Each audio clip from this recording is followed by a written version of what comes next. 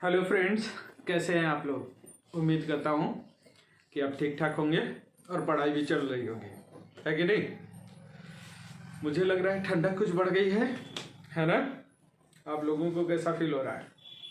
चलिए छोड़िए, वो बात की बातें हैं। ये बेसिक मैथमेटिक्स का मेरा थर्ड लेक्चर है जिसमें हम लोग डिफरेंशिएशन पढ़ रहे थे। और डिफरेंशिएशन में एक आज बहुत ही इम्पोर्टेंट डिफरेंशिएशन पढ़ने वाले हैं, क्योंकि अभी तक जो हम लोगों ने देखा वो बेसिक्स थे। सब कुछ अगर आपको ठीक ठाक क्वेश्चन मिल रहा है तो वो कहीं ना कहीं यही होगा जो आज हम लोग पढ़ने वाले हैं। तो आज हम लोग पढ़ने वाले हैं डिफरेंशिएशन का चेन रूल ऑफ डिफरेंशिएशन। ध्यान दीजिएगा, चेन रूल ऑफ डिफरेंशिएशन।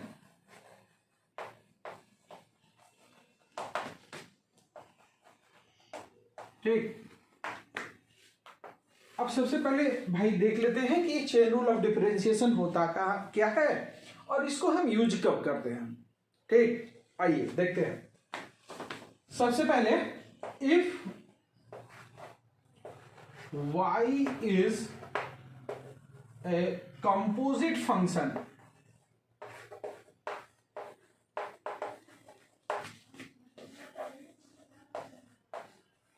ध्यान दीजिएगा, y क्या है?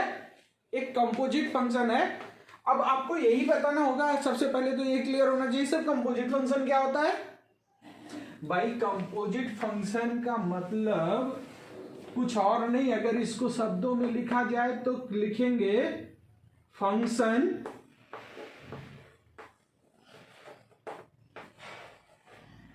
Inside a function. कंपोजिट का मतलब फंक्शन इनसाइड ए फंक्शन, इसी को हम बोलते हैं कंपोजिट फंक्शन। तो पहली प्रियोरिटी तो हमारा यही है कि हम इसको यूज कब करते हैं, कंपोजिट फंक्शन में। तो सबसे पहले ये कंपोजिट फंक्शन होता क्या है इसी को सीखना जरूरी है, उसके बाद तब हम इसके बारे में बात कर सकते हैं। तो आइए सबसे पहले हम लोग सीखते हैं कंपोजिट फंक्शन क्या होता है, तब हम लोग इसको देखेंगे चेन रूल ऑफ डिफरेंशिएशन। ठीक है, चलिए भाई आइए देखते हैं क्या होता है कंपोजिट फंक्शन। और ऐसा नहीं है कि ये बहुत बड़ा वो है, कुछ इसमें भी कोई रॉकेट साइंस नहीं है, बहुत छोटी सी बात है। मान लीजिए हमारे पास एक फंक्शन है f(x), ठीक है, और ये क्या है मान लेते हैं x²। एक दूसरा फंक्शन है gx, मान लो ये sin x है कि नहीं। अब मैं ये फंक्शन क्या होता है ये बेसिकली फर्स्ट लेक्चर में ही थोड़ा सा एक्सप्लेन कर चुका हूं कि ये x इनपुट है, f वो रूल है जो उस पर परफॉर्म किया जाएगा, और fx हमारा टोटल आउटपुट है। इसका मतलब कि जो f रिप्रेजेंट कर रहा है वो किसको रिप्रेजेंट कर रहा है भाई, इसके डोमेन में जो भी हम लोगों ने लिखा है ये उसी का स्क्वायर कर देगा। f एक ऐसा रूल है कि इसके डोमेन में जो भी आप लिखोगे, इसके पास जो भी लिखोगे उसका स्क्वायर लिख देगा। जैसे आप यहीं पर लिख दो f, क्या कुछ भी लिख दिया जाए, कुछ मान लो लिख देते हैं कपिल, तो ये इक्वल टू क्या हो जाएगा भाई, ये कपिल का ही स्क्वायर कर देगा। समझ में आया। तो f एक ऐसा फंक्शन है जो कुछ भी लिखेंगे आप उसका स्क्वायर कर देगा। चलो अब जरा इस g के बारे में देखते हैं। g क्या रिप्रेजेंट करेगा, ये तो साइन रिप्रेजेंट करेगा, है ना। मतलब इसके बगल में अगर x लिखा है तो साइन के बगल में x लिख देगा, है कि नहीं। तो ये तो सिंपली फंक्शन है। f रिप्रेजेंट करता है स्क्वायर को, g रिप्रेजेंट कर रहा है साइन को। अब अगर यहीं पर हम लोग इसको ऐसे लिख देते कि भाई हम अब लिखने जा रहे हैं f ऑफ gx, तो ये क्या करेगा? अरे भाई ये तो f एक ऐसा फंक्शन है जो केवल जो भी लिखोगे उसके बगल में उसका स्क्वायर कर देगा। तो यहां पर क्या होगा, ये इस gx का स्क्वायर कर देगा। और gx क्या है? sin x। इसका मतलब ये कुछ और नहीं है, ये sin x का स्क्वायर हो गया। समझ में आया? तो f ऑफ gx ये हो गया sin x का स्क्वायर, इसको sin स्क्वायर x लिख सकते हैं, है कि नहीं? तो ये sin स्क्वायर x क्या हो गया? एक कंपोजिट फंक्शन। ये फंक्शन इनसाइड फंक्शन है, एक फंक्शन इस पर क्या लगा? स्क्वायर। दूसरा फंक्शन क्या है? sin x। sin x किसके अंदर है? स्क्वायर के अंदर। तो इसी को हम क्या बोलेंगे? Composite function. ठीक, जैसे अब मान लेते हैं, एक और ले लेता हूं मैं। चलो भाई, हमने कहा कि fx क्या है? log x। gx क्या है? sin x। और hx क्या है? मान लेते हैं cos x। Then find composite function, then f of g of hx क्या हो जाएगा? जल्दी से लिख के बताइए आप लोग। ठीक है, वीडियो को पॉज कीजिए और लिखना स्टार्ट कीजिए, फिर हमारे साथ मैच कराइए। चलिए मैं आपको एक्सप्लेन करता हूं। भाई यहां पर f किसको रिप्रेजेंट कर रहा है? केवल log को, x को x से एलिमिनेट कर दो। f किसको रिप्रेजेंट कर रहा है? log को। g किसको रिप्रेजेंट कर रहा है? sin को। h किसको रिप्रेजेंट कर रहा है? cos को। तो यहां केवल f है, तो हम केवल यहां पर क्या लिखेंगे? log। x तो लिखना ही नहीं है, x को x से हटा दीजिए। फिर उसके अंदर क्या है? g किसको रिप्रेजेंट कर रहा था? साइन को। x नहीं लिखना है, इस बात को ध्यान रखेंगे, क्योंकि केवल g लिखा है और g के अंदर क्या लिखा है? hx यहां x के साथ है, तो यहां पर पूरा पूरा cos x लिख देंगे।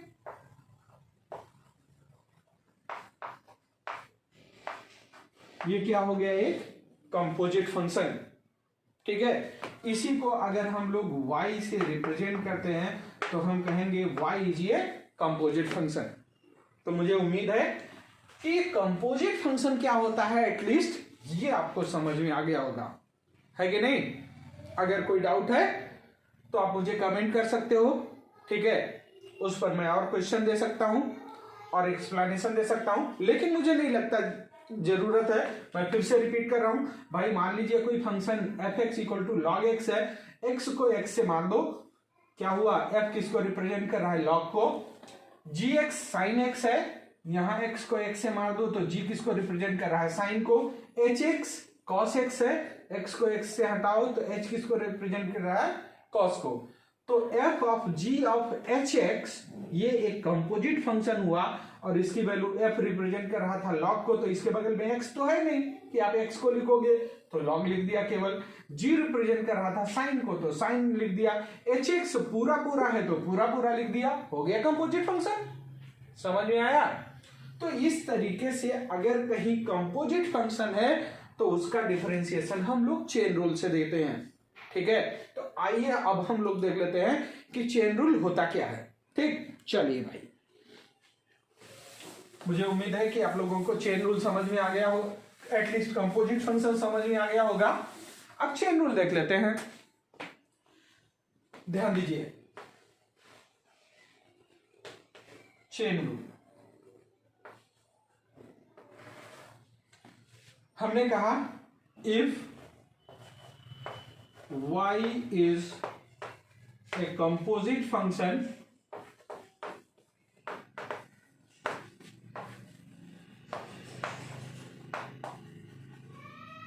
then its differentiation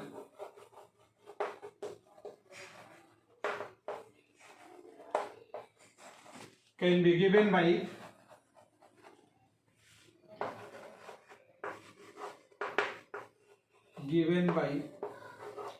chain rule, है कि नहीं? तो एक चीज क्लियर होना चाहिए कि चेन रूल हम लगाएंगे कब, जब हमको कंपोजिट फंक्शन मिल जाए तब। अब मान लेते हैं कि let y equal to f of g of hx, ऐसे अभी तो हमने 3 ही लिया है, ऐसे और भी हो सकते हैं 4 5 6, कुछ भी लिया जा सकता है। देन dy बाई dx, हमने क्या बताया है भाई कि जब भी dy बाई dx फाइंड करना हो तो सबसे पहले d बाई dx लिखो और y की वैल्यू पुट कर लो। चलो भाई ले रहे हैं g ऑफ hx, यही है ना। अब हम लोग इसको सिंप्लीफाई करेंगे, कैसे करते हैं वही एक सिंगल स्टेप इसको आपको बता देगा कि करना क्या है। आइए लिख लिया आप लोगों ने, चलिए लिख लीजिए, बहुत इंपॉर्टेंट रूल है पूरी फिजिक्स में। अगर आप डिफरेंशिएशन में कहीं फंसेंगे तो यही रूल है जो आपको फंसा सकता है, लेकिन मैं इसको इस तरह से क्लियर करूंगा कि शायद आज के बाद आपको कभी भी प्रॉब्लम नहीं होने वाली है। ठीक है, तो चलिए लिखिए, और अगर कहीं आपको लगता है तो वीडियो पॉज कीजिए, रिवाइज कीजिए। ठीक है, चलिए हमने कहा y, हम लोगों dy बाई dx क्या लिखा जरा अभी याद कीजिएगा। हमने लिखा d f of g of hx of dx। अब इसी को मैं सिंप्लीफाई करता हूं, जरा देखो क्या है। d ऑफ dx को अगर न्यूमरेटर में जो है वैसे पूरा लिखा रहने दो, f of g of hx, जो था न्यूमरेटर में उसको वैसे रहने दिया, और डिनोमिनेटर में हमने d के साथ x लिखने के बजाय ये पहला फंक्शन छोड़ दिया और बाकी सबको लिख दिया g ऑफ hx। ठीक है, ये dx लिखने के बजाय हमने क्या किया, ये जो कंपोजिट फंक्शन था इसमें सबसे बाहर का जो फंक्शन था उसको छोड़ दिया मैंने और बाकी चीजों को लिख दिया। फिर क्या किया, जो डिनोमिनेटर आया इसी को फिर से शिफ्ट कर दिया न्यूमरेटर में।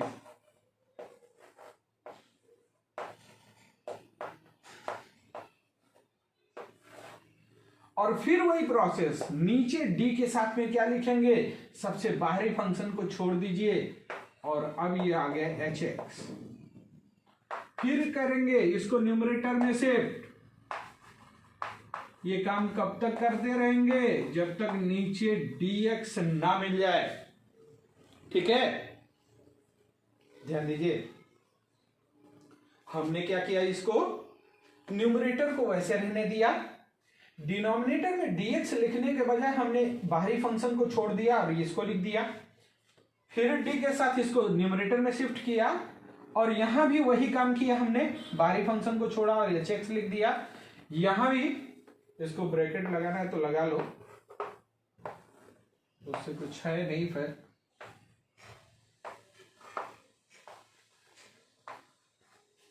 ठीक है, इतना लिखने के बाद आंसर आ गया भाई। अब क्या करो, मैं इसको तोड़ देता हूं और सिंप्लीफाई करने के लिए इनको एक सेक्शन में मत देखो। अगर एक सेक्शन में देखोगे तो ये यही है या नहीं है। अरे भाई hx को hx से कैंसिल कर सकते हैं, gx वाले को gx से कैंसिल कर सकते हैं, ये है तो वही, बस हमने उसको सॉल्व करने के लिए थोड़ा सा एक्सपेंड कर दिया। अब हमने कहा कि इस सेगमेंट के लिए, है ना, फॉर दिस सेगमेंट लेट, ये डिनोमिनेटर में डी के साथ में जो भी है उसको कुछ नया वेरिएबल एज्यूम कर लीजिए, सिंगल वेरिएबल, मतलब G of H X equal to मान लो कुछ टीपीसी की, क्यों, कुछ भी, उससे कोई फर्क नहीं पड़ता, लेकिन ध्यान रखना क्या कि ये एजम्पशन केवल इस वाले सेक्शन के लिए है, इस सेक्शन में तक उसे नहीं देखेंगे हम, ठीक है। सिमिलरली इस सेक्शन के लिए भी हम लोग एज्यूम कर लेंगे let H X equal to कुछ भी मान लो भाई पी, है कि नहीं, और यहां पर तो अकेला एक्स है ही, तो इसको वैसे लावारिस छोड़ दो, ये तो काम का है ही, उसको तो डिफरेंशिएट हम लोग कर सकते हैं। देन अब ये dy बाई डी एक्स क्या हो गया, जरा देख लो, dy बाई डी एक्स अब हो गया d, और इस पूरे सेगमेंट में जहां ये बातें दिखेंगी उसको t लिख सकते हैं, तो ये क्या हो गया, f के अंदर t, f के अंदर ये पूरा पूरा जो था उसको t माना है ना हम लोगों ने, तो हम t पुट कर देंगे अपॉन dt। अरे भाई क्या इस फंक्शन का डिफरेंशिएशन नहीं आता, differentiation of F T with respect to, अरे ये तो जानते हैं हम लोग। फिर इस सेगमेंट के लिए क्या हो जाएगा, d of g p with respect to p, ये भी तो जानते हैं, ये p का फंक्शन है, वो p के रिस्पेक्ट में ही डिफरेंशिएट कर रहे हैं, आता तो है भाई डिफरेंशिएशन। और ये क्या हुआ, d of H x upon D x, ये भी तो जानते हैं। अब क्या करेंगे, इसका भी डिफरेंशिएशन आप निकालने में सक्षम हो चुके होंगे, इसको भी निकाल सकते हैं, इसको भी निकाल सकते हैं, और इसको डिफरेंशिएट कर दीजिए। Now replace the assumed variable, भाई हमने ये t माना था, आंसर तो t के टर्म में नहीं रहेगा, नहीं तो कोई बच्चा उसको x मानेगा, आंसर उसका x के टर्म में आएगा, हमने t माना t के टर्म में आएगा, आंसर तो सबका एक आना चाहिए ना। तो जो एज्यूम्ड वेरिएबल होते हैं लास्ट में हम उसको सब्स्टिट्यूट कर देते हैं और हमारा आंसर आ चुका होता है ना। इसके बाद क्या करना है, now put the value of assumed variable,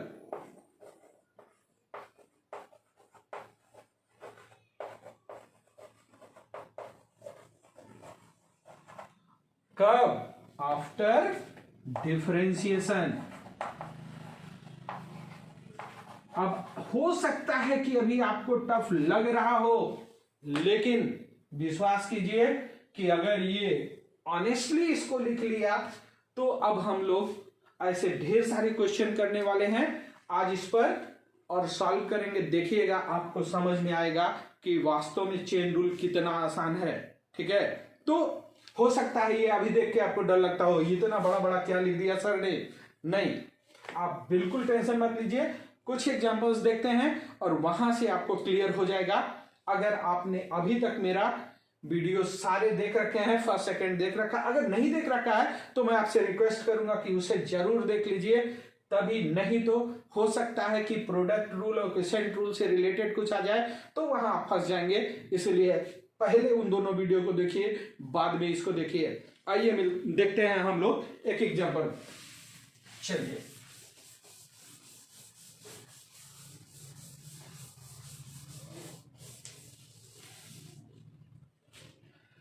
चलिए मान लेते हैं कि y एक फंक्शन है जिसकी वैल्यू है sin 4x, है ना। देन फाइंड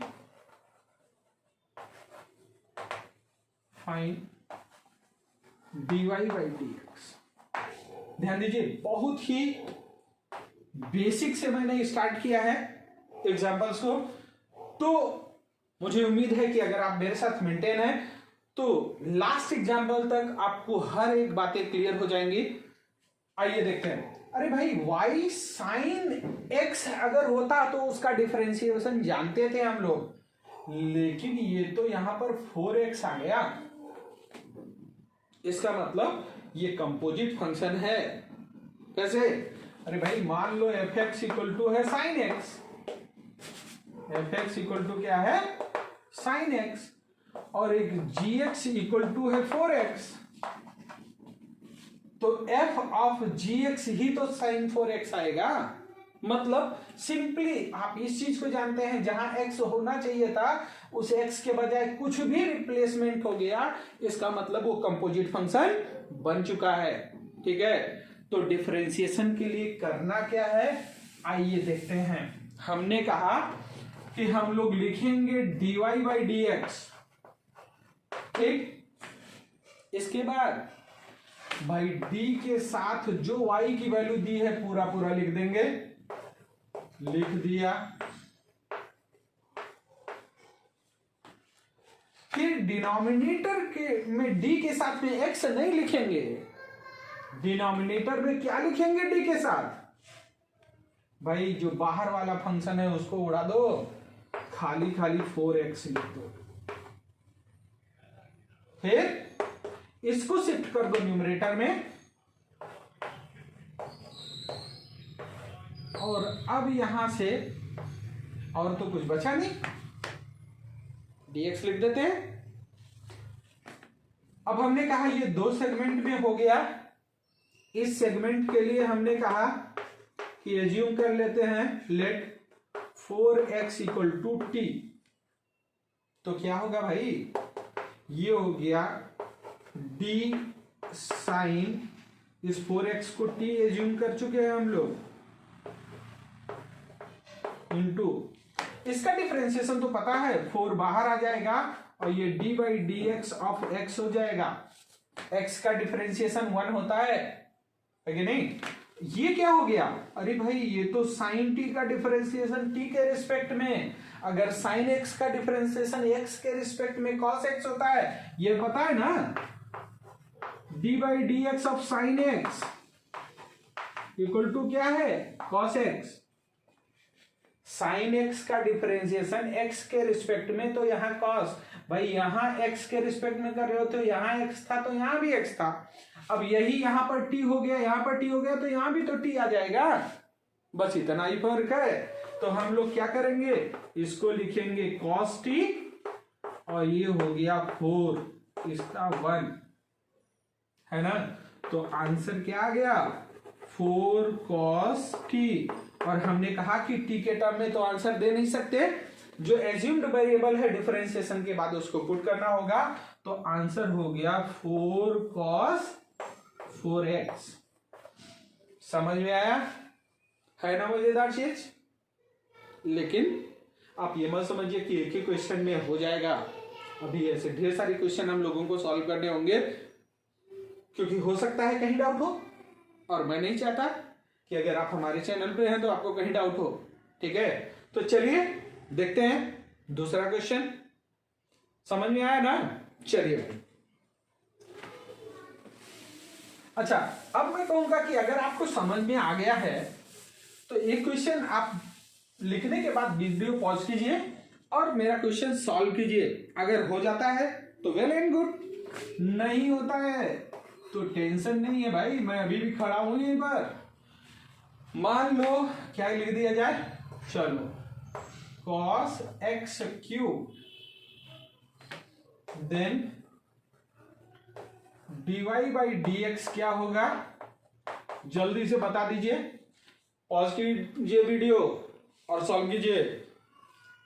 चलिए, मुझे उम्मीद है आप लोगों ने ट्राई किया होगा। ध्यान दीजिएगा, फिजिक्स पढ़ने के लिए, मैथ पढ़ने के लिए, या किसी भी यूट्यूबर को फॉलो करने के लिए मैं रिक्वेस्ट करूंगा कि आप अपनी पेन और कॉपी जरूर लेकर बैठें, और जब भी कहा जाए तो सॉल्व जरूर कीजिए।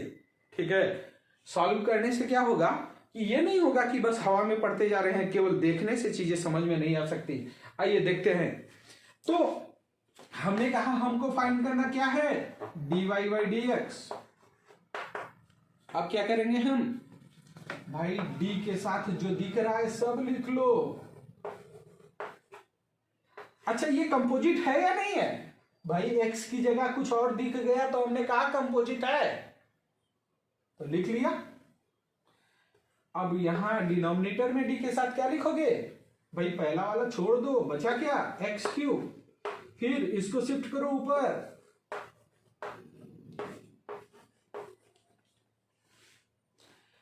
अब ये दो सेगमेंट हो गए। इस सेगमेंट के लिए हमने कहा let x cube equal to t, तो ये क्या हो गया?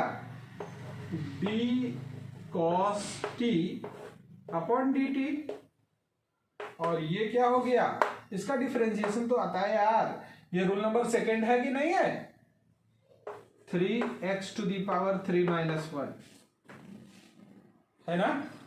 cos t का differentiation with respect to t पता है आपको? माइनस साइन टी होता है। नहीं पता है तो फर्स्ट लेक्चर देखिए मेरा, है ना, बेसिक मैथमेटिक्स में। और ये हो गया 3x²। हमने कहा ये आंसर नहीं दे सकते इसको, क्योंकि इसमें हमने जो वेरिएबल एज्यूम किया वो है, उसको रिप्लेस करना होगा। तो ये हो गया -3x², ये इसको यहां ले आए, और ये हो गया साइन टी मीन्स x³। यही आपका आंसर हो गया भाई। तो कोई रॉकेट साइंस नहीं है चेन रूल, ठीक है।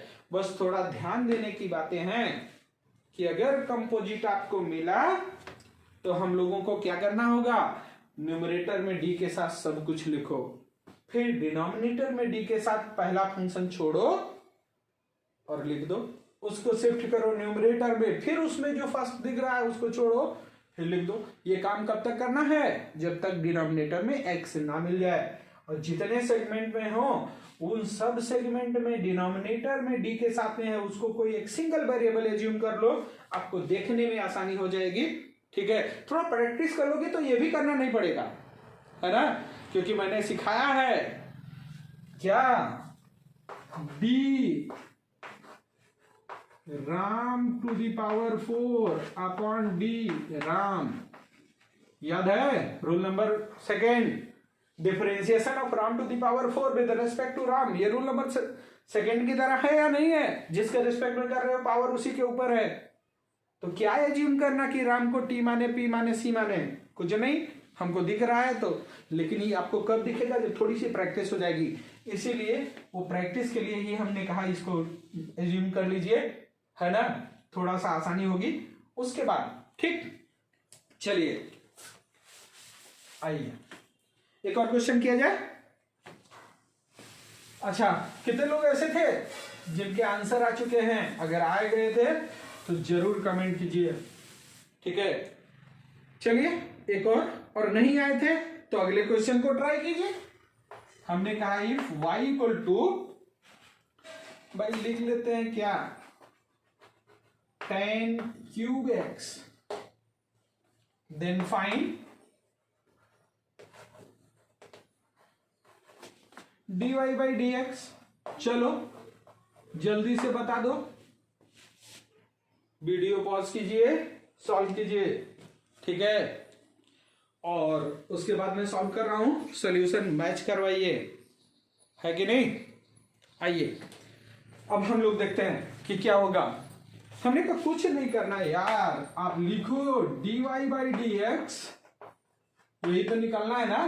फिर d के साथ में जो कुछ लिखा हुआ है सब लिख डालो, कुछ नहीं करना। फिर से क्या करना है? d के साथ में पहला फंक्शन हटा दो। अरे भाई पहला फंक्शन कौन है? tan हटाओगे कि क्यूब हटाओगे? अगर tan हटा दो तो इसका कोई मतलब बचेगा क्या? ना, इसका मतलब ये पावर हटाओगे तो इसे लिखोगे tan x। फिर इसको शिफ्ट करो न्यूमरेटर में और फिर से लिखो, दो ही स्टेप में तो आ गया भाई। अब यहां क्या हुआ कि ये दो सेगमेंट में आ गया। यहां इसको tan x को क्या मानोगे? एक नया वेरिएबल t, ये क्या हो जाएगा d, और tan x को t मान रखा है तो ये t क्यूब हो जाएगा ना। Upon d T. अरे भाई ये तो रूल नंबर सेकेंड में फिट बैठ गया। और टेन एक्स का तो जानते हैं यार, क्या होता है, सेक स्क्वायर एक्स, है कि नहीं। ये रूल नंबर सेकेंड है, तो इसको क्या 3t² लिख सकता हूं इंटू सेक स्क्वायर एक्स। और t को क्या एज्यूम किया था, किसको हमने एज्यूम किया था, 10 को, तो क्या लिखेंगे 3 10² x into sec square x, है कि नहीं। यही आ गया भाई आंसर आपका। इतना छोटा सा है ये चेन रूल, समझ में आ रहा है ना। जितने लोगों के आंसर आ गए हैं जरूर कमेंट कीजिए आप लोग, है ना, कि आप लोग सीख रहे हैं मुझसे। चलिए, उम्मीद करता हूं बहुत कुछ सिखाऊंगा मैं आपको, है ना। जो फिजिक्स से डर लगता था वो खत्म हो जाएगा, बिलीव कीजिए। और बस कुछ लेक्चर्स आप फॉलो कीजिए मुझको, ठीक है। एक और क्वेश्चन करते हैं। अभी तो बहुत छोटे छोटे क्वेश्चन कर रहे हैं हम लोग, अभी थोड़ा सा और बड़े क्वेश्चन की तरफ चलते हैं। मान लीजिए भाई y की वैल्यू क्या है, लिख देते हैं कुछ साइन स्क्वायर 2x + 3, है ना। अब जरा फाइंड कीजिए, देन dy/dx, है ना। समय बहुत कम है और काम बहुत ज्यादा है कि नहीं। कीजिए वीडियो को पॉज और हो जाइए शुरू। चलिए मैं सॉल्व करता हूं। देखिए dy/dx में क्या करना है, डी के साथ तो सब कुछ लिखो भाई।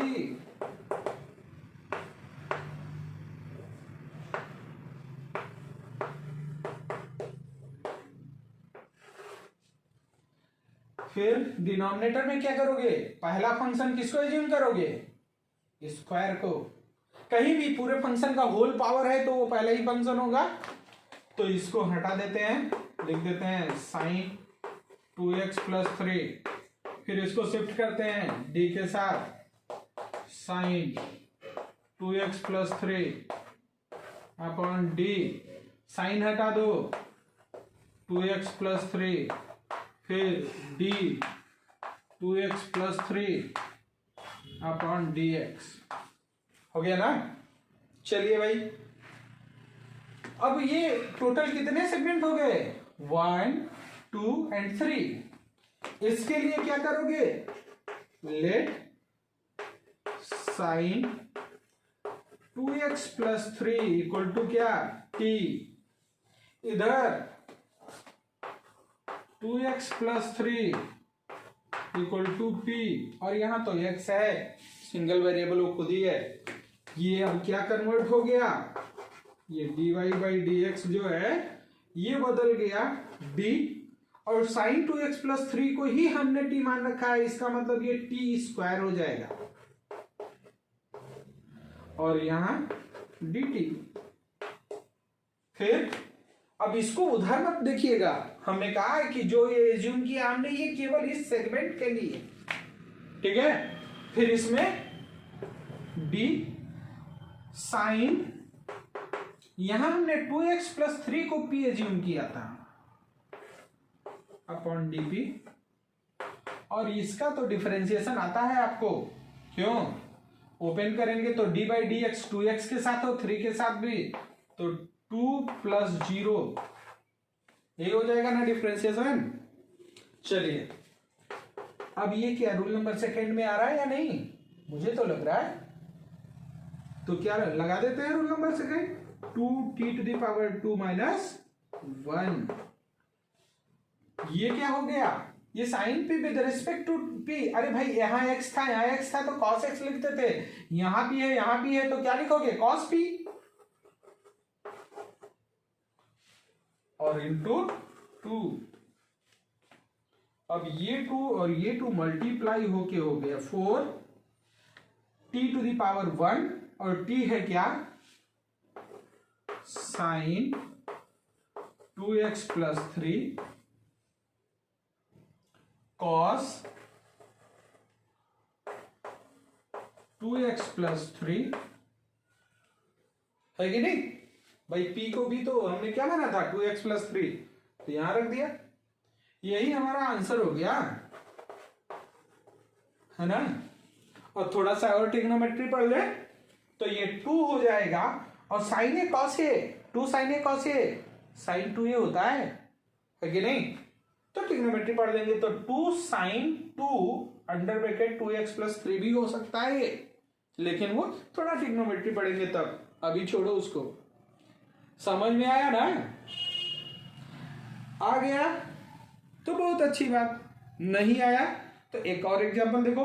देखो मैं चेन रूल पे खूब प्रैक्टिस करवाने वाला हूं आपको, ठीक है। मैं नहीं चाहता कि इसके बाद 2 साल तक आपको डिफरेंशिएशन में प्रॉब्लम हो, क्योंकि पूरी फिजिक्स में यही हर बार मिलेगा आपको। अगर आप नीट के लिए प्रिपेयर करते हैं तो हो सकता है छोटे छोटे क्वेश्चन मिल जाए, लेकिन ये भी मिलेगा। मतलब आप नीट के लिए भी प्रिपेयर कर रहे हैं तो इसको छोड़ नहीं सकते, ठीक है। चलिए, और जो जेई के लिए कर रहा है उसके लिए बहुत बड़ी बात नहीं है, लेकिन अभी साल भर तक तो बड़ी बात है ही, जब तक आपको मैथ में डिफरेंशिएशन ना पढ़ाया जाए, ठीक है।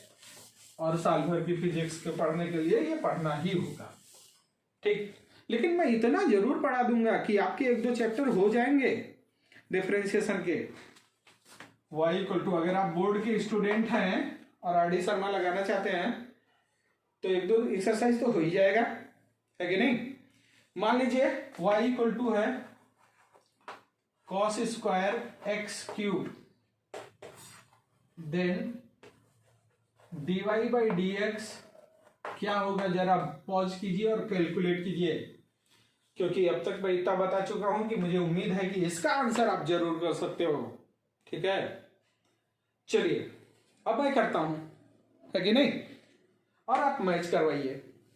चलिए भाई, हमने कहा dy बाई dx क्या होगा, d के साथ पूरा पूरा लिख दो, cos square x cube upon, यहां d के साथ क्या छोड़ोगे आप, फर्स्ट फंक्शन क्या है, अभी तो बताया है भाई कि कहीं पूरे फंक्शन का स्क्वायर मिल जाए या पावर मिल जाए तो वो उसी को फर्स्ट फंक्शन, तो यहां स्क्वायर को छोड़ देंगे, छोड़ दो।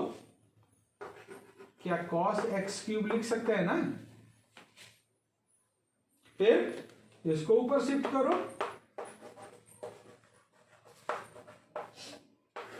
फिर यहां पर क्या छोड़ोगे, cos को छोड़ दो, फिर शिफ्ट करो, अब क्या होगा dx, मिल गया आखिरी में dx, कहानी खत्म, चेन टूट गया, है कि नहीं। चलो अब जल्दी जल्दी एज्यूम कर लेते हैं कुछ। यहां पर cos x क्यूब को क्या मानोगे, p, यहां पर x क्यूब को क्या मानोगे, p, है ना। यहां मानने की जरूरत नहीं, वो सिंगल वेरिएबल है ही, है कि नहीं। तो अब ये dy बाई dx क्या हो गया भाई, cos x क्यूब पूरे को हमने मान रखा है t, तो ये तो t स्क्वायर हो जाएगा ना, और ये dt हो जाएगा। ये तो बन गया रूल नंबर 2 के फॉर्मेट में आ गया ना।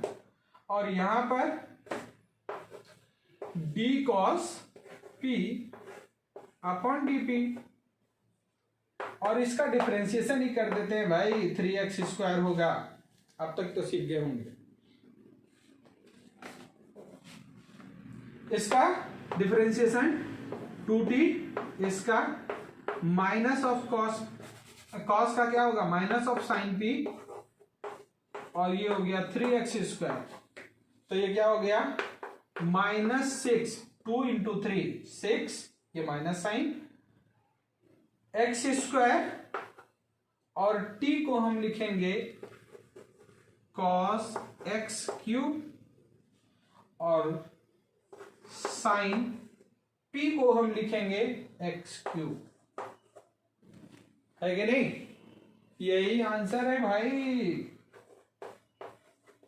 समझ में आया, है ना मजेदार चीज। उम्मीद करता हूं कि आपको चेन रूल समझ में आ गया होगा, लेकिन हवा में नहीं उड़ना। सवालों का सिलसिला अभी शुरू है, खत्म नहीं हुआ। ये 5th एग्जाम्पल है मेरा, है कि नहीं? इससे पहले क्या कर चुके हैं। चलिए एक दो और करते हैं, जब तक आपको मजा आते रहे, है कि नहीं? चलिए भाई,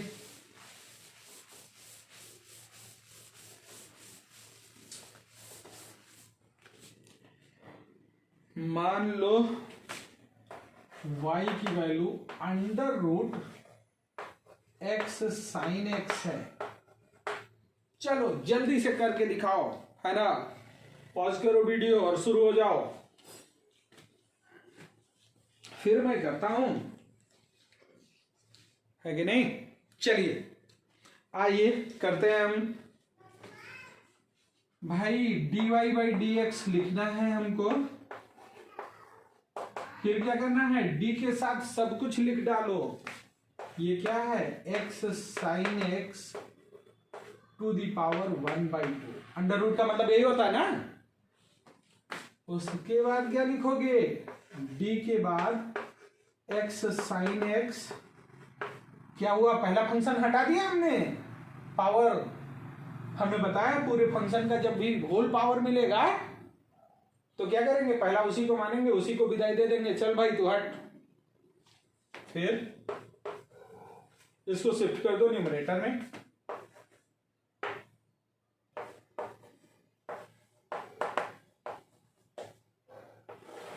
यहां पहला फंक्शन। अरे भाई ये कंपोजिट अब नहीं बचा, ये कंपोजिट x और sin x का प्रोडक्ट है। इसका मतलब यहां तो कुछ छोड़ा ही नहीं जा सकता, dx लिखो यार। यहां इसके बाद की कहानी तो प्रोडक्ट रूल बताएगा, है कि नहीं? तो हमारे पास केवल 2 सेगमेंट बचा। इस सेगमेंट के लिए इसको t मान लेते हैं। समझ में आया? है कहानी मजेदार, मतलब सिलसिला अभी रुकने वाला नहीं है। तो ये क्या हो गया, dy/dx इक्वल टू d, और x sin x को t मान लिया है तो t to the power 1/2 upon dt। अरे भाई ये फिर से बैठ गया रूल नंबर सेकेंड में। और यहां 2 फंक्शन का x और sin x का प्रोडक्ट है, लगा देते हैं प्रोडक्ट रूल। क्या है, first into differentiation of second plus second into differentiation of first. कोई दिक्कत नहीं है। चलिए इसको ओपन कर देते हैं, 1/2 t to the power 1/2 - 1, और ये क्या हो गया, x sin x का क्या हो गया, cos x, और ये sin x इंटू इस x का क्या हो गया 1, और ये क्या हो गया भाई 1/2 √t। हुआ कि नहीं? अरे भाई पावर 1/2 - 1 तो -1/2, पावर -1/2। इसको शिफ्ट कर दे डिनोमिनेटर में तो 1/2 हो गया, और ये 1/√2 लिख सकते हैं, t इसको लिख सकते हैं, है कि नहीं? तो ये हो गया into x cos x plus sin x, यही है ना? और t की वैल्यू बाद में पुट कर देंगे। तो ये क्या आ गया, x cos x plus sin x upon 2 √ क्या हो गया, x sin x। है ना मजेदार चीज? कोई दिक्कत? तो अभी ये सिलसिला ऐसा नहीं है कि यहीं रुक जाएगा। अरे भाई यहां पर क्या था, प्रोडक्ट। तो इस बात को ध्यान रखेंगे कि कहीं dy/dx के अंदर 2 फंक्शन का प्रोडक्ट आ गया तो आगे उसका भी काम चलता रहेगा। इसीलिए कंपोजिट फंक्शन का डिफरेंशिएशन एक ऐसा हो सकता है कि जो कुछ अभी तक हम लोगों ने सीखा वो सारी चीजें इसमें इन्वॉल्व हो सकती हैं। तो मैं कहूंगा कि बिल्कुल आप इसमें कोई जल्दीबाजी नहीं करेंगे, बने रहिए साथ में। हो गया। चलिए एक और क्वेश्चन करते हैं और उम्मीद करता हूं कि वो आप करेंगे, है ना। चलिए भाई, बना दिया। हमने कहा लिख लो y की वैल्यू cos, इसके अंदर कुछ और लिख लिया जाए क्या? चलो लिखते हैं, इसके अंदर साइन और इसके अंदर भी कुछ लिख ले।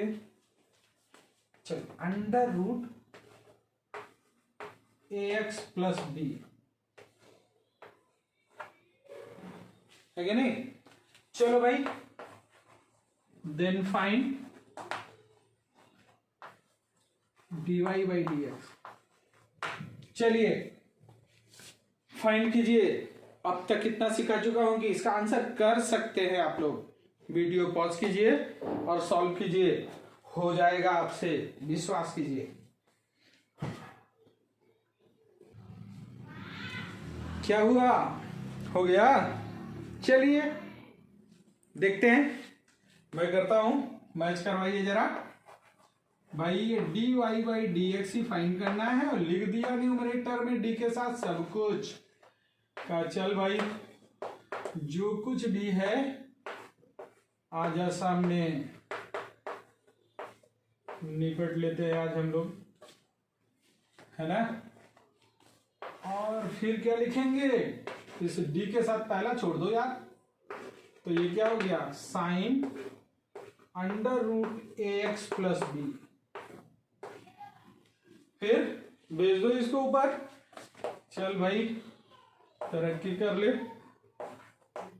Sine under root ax plus b upon d under root ax plus b.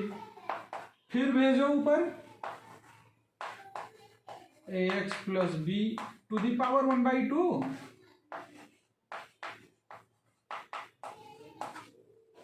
फिर भेजो ऊपर